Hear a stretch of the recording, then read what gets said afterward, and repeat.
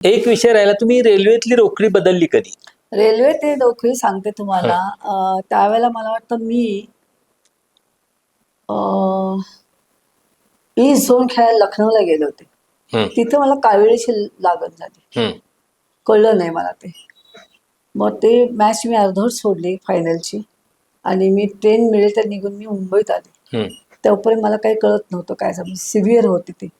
आणि मुंबईत आल्यानंतर मी माझे ज्यांच्याकडे मी राहायची ते म्हटलं की शैलजा आपण बॉम्बे हॉस्पिटल जाऊया, तुम्हाला दाखवायला चला.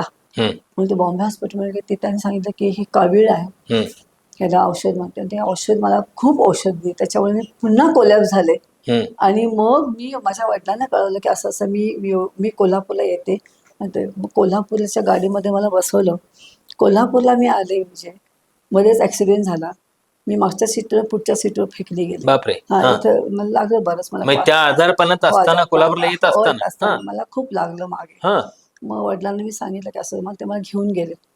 तर त्यावेळेला मला असं होतं की घरच्या लोकांना काही कळत नव्हते की काय करायचं. आणि मला धनुर्वातासारखी मी वाकडी होत होते प्रत्येक हं, वेळेला. असं काय ते विचित्र झालं, म्हणजे कावीळ तर होतीच. पण त्यावेळेला आमचे डॉक्टर, जे फॅमिली डॉक्टर, ते वेलोरला गेले होते, हं, ते नव्हते इथे. म्हणून मी सीमा ते राशीनकर म्हणून इथे आमच्या गायनिक होत्या, हं. त्यांच्याकडे त्यांनी सांगितलं की असं बघितलं तर. त्याच्यापूर्वी कोल्हापुरात एक ख्यातनाम डॉक्टर होता, मी नाव सांगणार नाही, त्याने मला कॅन्सरची ट्रीटमेंट दिली. बापरे!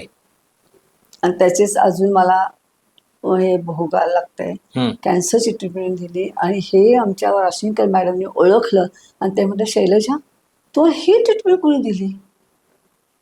नाव सांगितलं नाही. म्हटलं असंच लोक बंद काय म्हणा की तुम्हाला कावीळ झालं, तुम्ही हे काय ताबडतोब त्यांनी मला घेतलंय हॉस्पिटलमध्ये, स्वतःच्या हॉस्पिटल ऍडमिट हं. केलं.